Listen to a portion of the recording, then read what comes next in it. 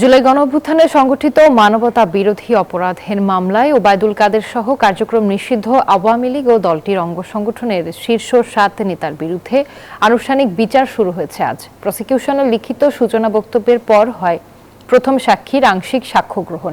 পরবর্তী সাক্ষ্য গ্রহণ আগামীকাল। আন্তর্জাতিক অপরাধ ট্রাইব্যুনাল ২ এর চেয়ারম্যান বিচারপতি নজরুল ইসলাম চৌধুরীর নেতৃত্বাধীন ৩ সদস্যের বিচারিক প্যানেলে হয় এ কার্যক্রম। এর আগে এই ট্রাইব্যুনালেই জুলাই আন্দোলনে কুষ্টিয়ায় ৬ জনকে হত্যাসহ ৮ অভিযোগে জাসদ সভাপতি হাসানুল হক ইনুর মামলায় সাফাই সাক্ষ্য গ্রহণের জন্য ২২ ফেব্রুয়ারি দিন নির্ধারণ করা হয়। এছাড়াও এই ট্রাইব্যুনালে যাত্রাবাড়ীতে তাইম হত্যা মামলায় ফরমাল চার্জ দাখিলের জন্য ২২ ফেব্রুয়ারি দিন ঠিক করা হয়। ওবায়দুল কাদের সহ ৭ জনের বিরুদ্ধে যে মামলাটা, সেটাতে আজকে ওপেনিং স্টেটমেন্ট এবং সাক্ষ্য গ্রহণের দিন ধার্য ছিল। আমরা ওপেনিং স্টেটমেন্ট দাখিল করেছি।